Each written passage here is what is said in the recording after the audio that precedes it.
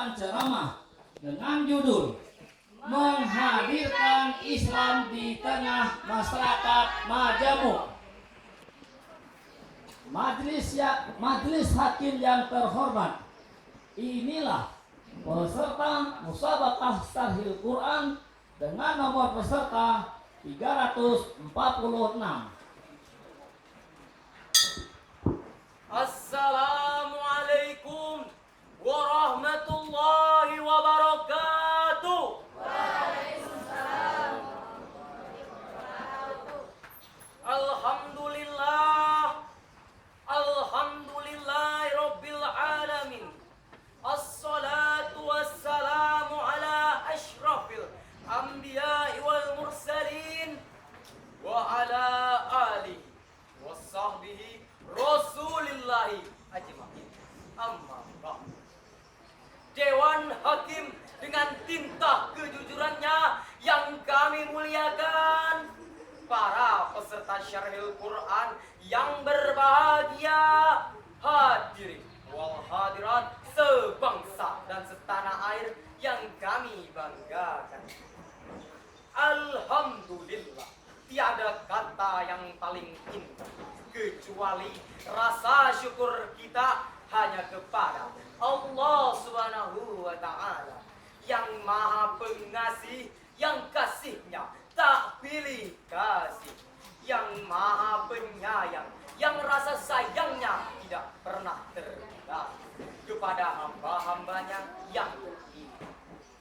Solawat serta salam semoga senantiasa tetap tercurahkan kepada best of the best man, Nabi Muhammad sallallahu alaihi wasallam, yang senantiasa menjadi contoh teladan bagi kita semua, terutama generasi muda Islam yang akan menjadi sosok pemimpin di masa yang akan datang. Rasisme dan diskriminisme merupakan paham yang sangat paradoks dengan kemajemukan. James Monroe dengan doktrinnya American is on America telah menganggap bahwa bangsa Amerika paling baik dari bangsa yang lain. Benito Mussolini dengan ajarannya fasisme Italia merasa bahwa bangsanya lebih mulia dari bangsa yang lain. Hirohito dengan fasisme Jepangnya mencetuskan bahwa bangsanya paling pantas memimpin dunia. Alhasil, paham-paham tersebut tidak menghargai akan adanya kemajemukan. Samuel Eto'o, pemain sepak bola yang berasal dari Kamerun pun ikut menjadi salah satu korban rasisme. Sehingga jauh-jauh hari Persatuan Sepak Bola Eropa atau UEFA telah mencanangkan program kampanye Let's Kick Racism Out of Football. Penghargaan dalam Islam tidak berdasarkan ras, suku, keturunan, prestis, akan tetapi penghargaan dalam Islam berdasarkan amal dan prestasi. Untuk mengetahui lebih dalam mengenai sikap Islam dan dunia kemajemukan, maka pada kesempatan ini kita akan membicarakan menghadirkan Islam di tengah masyarakat majemuk.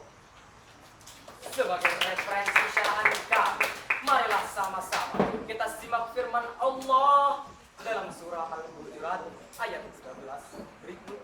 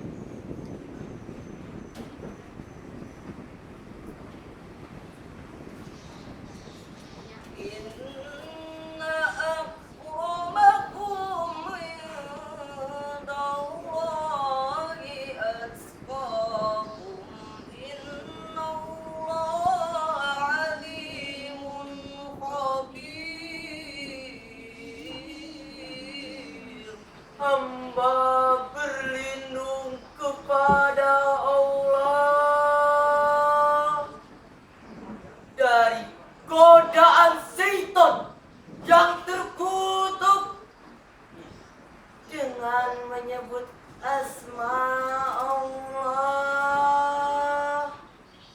yang maha pengasih lagi maha penyayang.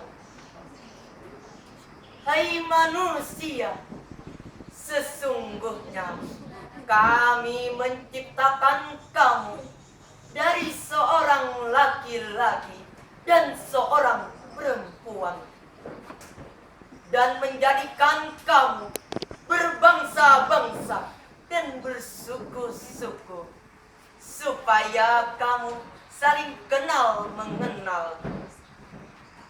Sesungguhnya orang yang paling mulia di antara kamu di sisi Allah ialah orang yang paling bertakwa di antara kamu. Sesungguhnya Allah maha mengetahui lagi maha mengenal. Hadirin rahimakumullah, menurut Ibnu Asy-Syakir dalam kitab Mubahamat yang bersumber dari Abu Bakar bin Abi Daud, bahwa ayat ini berkenaan dengan keinginan Rasulullah Sallallahu Alaihi Wasallam untuk menikahkan Abi Hindin kepada seorang putri dari kalangan Baidah. Bani Baidah dengan Sins berkata kepada Rasulullah, "Ya Rasulullah, pantaskah kami mengawinkan putri-putri kami kepada budak-budak kami?" Rasul belum sempat menjawab pada saat itu. Jibril datang menyampaikan surah Al-Hujurat ayat 13 yang diawali dengan "Ya ayuhan nas." Menurut Imam Ali As-Sabuni dalam Safat Al-Tafsirnya, beliau menjelaskan objeknya adalah seluruh manusia, bahwa manusia baik laki-laki maupun perempuan, walau bercorak suku, berlainan bangsa, namun semuanya memiliki harkat dan martabat yang sama di hadapan Allah Subhanahu wa Ta'ala. Fungsinya bukan untuk saling menutup diri, melecehkan, menghina, membangga-banggakan kelompok, suku, bangsa maupun daerah masing-masing. Sebab dengan tegas Rasulullah Sallallahu Alaihi Wasallam bersabda, "Laisa minna man da'a ila asabiyya, wa laisa minna man qata'a ala asabiyya, wa laisa minna man mata ala asabiyya." Bukan golongan kami orang yang membangga-banggakan kesukuan, dan bukan golongan kami orang yang membunuh karena kesukuan, dan bukan golongan kami orang yang mati karena membela dan mempertahankan kesukuan. Hadirin rahimakumullah, timbul pertanyaan, bagaimana sikap kita dalam menyikapi kemajemukan bangsa Indonesia ini sebagai suatu berkah? Pertama, sebagai umat yang mayoritas, mari kita jalin ukhuwah Islamiyah di negara kita ini. Meskipun kita berbeda suku, adat istiadat maupun organisasi dan partai pilihan, akan tetapi kalau satu akidah tidak boleh saling menghina, memfitnah, mengadu domba, apalagi sampai menumpahkan darah.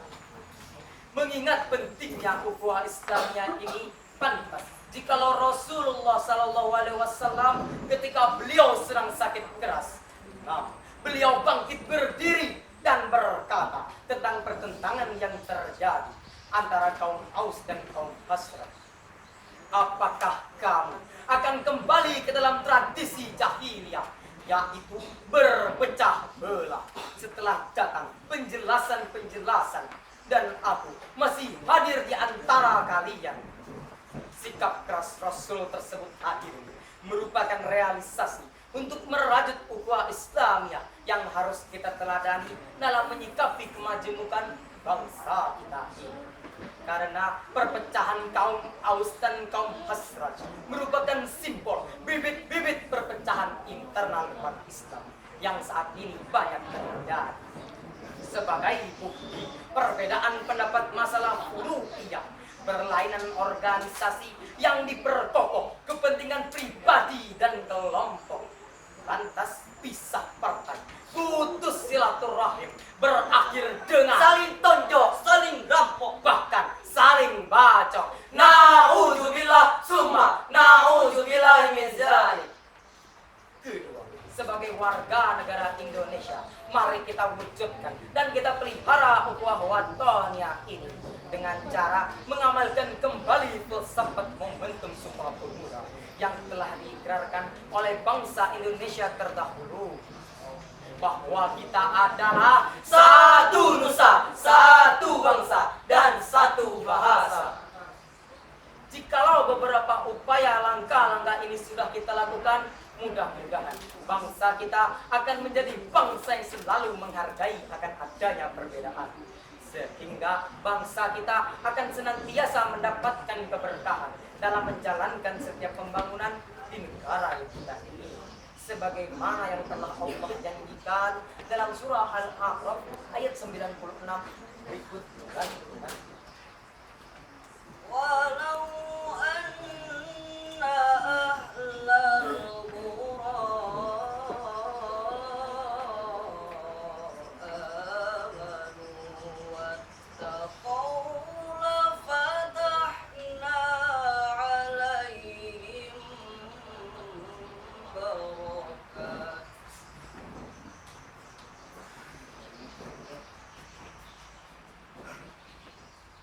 لفتحنا عليهم بركات من السماء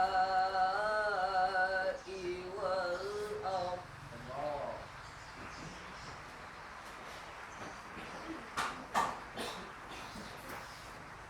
من السماء والأرض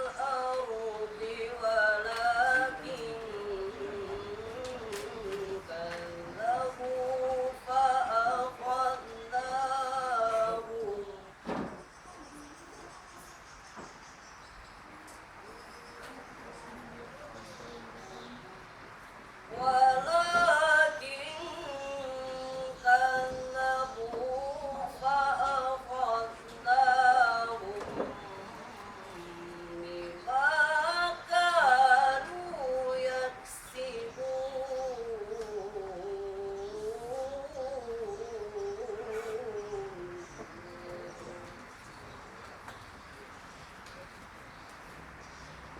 ولكن كذبوا فأخذناهم بما كانوا يكسبون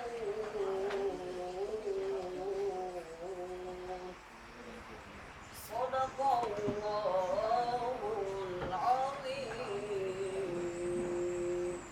Jikalau sekiranya penduduk negeri-negeri beriman dan bertakwa, pastilah kami akan melimpahkan kepada mereka berkah dari langit dan bumi.